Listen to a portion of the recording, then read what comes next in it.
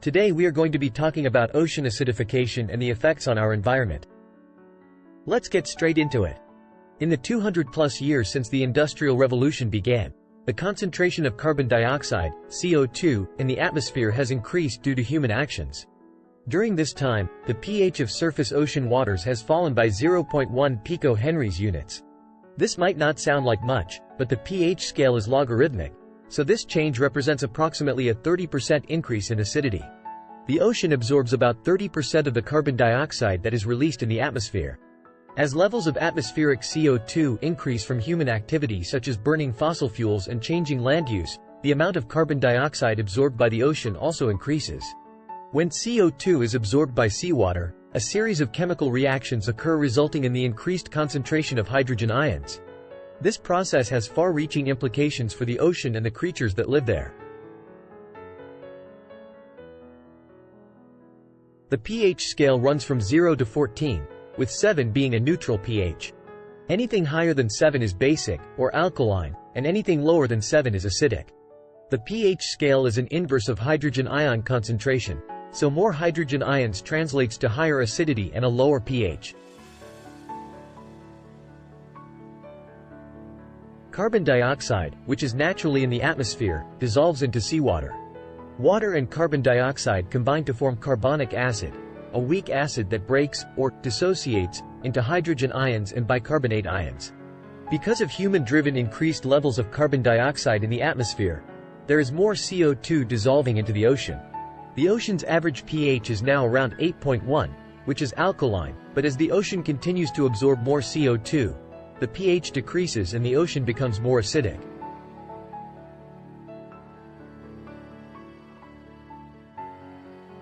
Ocean acidification is already impacting many ocean species, especially organisms like oysters and corals that make hard shells and skeletons by combining calcium and carbonate from seawater.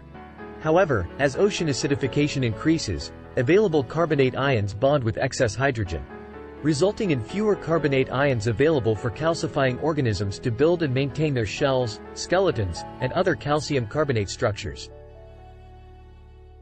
If the pH gets too low, shells and skeletons can even begin to dissolve. The pteropod, or sea butterfly, is a tiny sea snail about the size of a small pea. Pteropods are an important part of many food webs and eaten by organisms ranging in size from tiny krill to whales.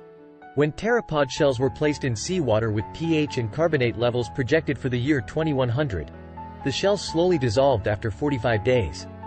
Researchers have already discovered severe levels of pteropod shell dissolution in the Southern Ocean, which encircles Antarctica. Native seaweed has the potential to be cultivated in California coastal waters and used to alleviate the effects of local ocean acidification, according to current studies.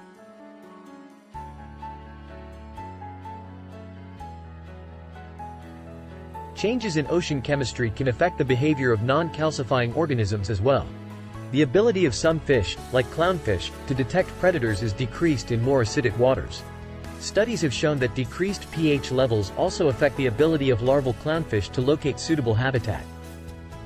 When these organisms are at risk, the entire food web may also be at risk.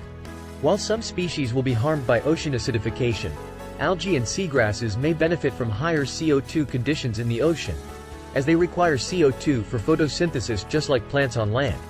There are some ongoing studies examining if growing seaweed can help slow ocean acidification.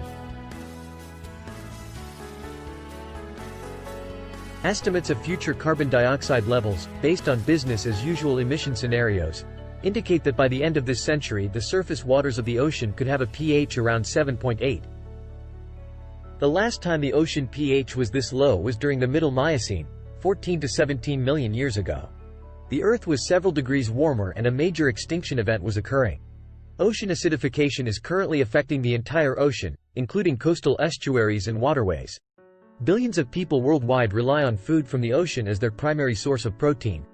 Many jobs and economies in the US and around the world depend on the fish and shellfish that live in the ocean. Ocean acidification is one aspect of global climate change. Anything we do to mitigate climate change today will benefit the future of the ocean as well. Over the last decade, there has been much focus in the ocean science community on studying the potential impacts of ocean acidification. because sustained efforts to monitor ocean acidification worldwide are only beginning. It is currently impossible to predict exactly how ocean acidification impacts will cascade throughout the marine food web and affect the overall structure of marine ecosystems. With the pace of ocean acidification accelerating, scientists, resource managers, and policymakers recognize the urgent need to strengthen the science as a basis for sound decision-making and action. Thank you for watching and learning with us. Please don't forget to like and subscribe.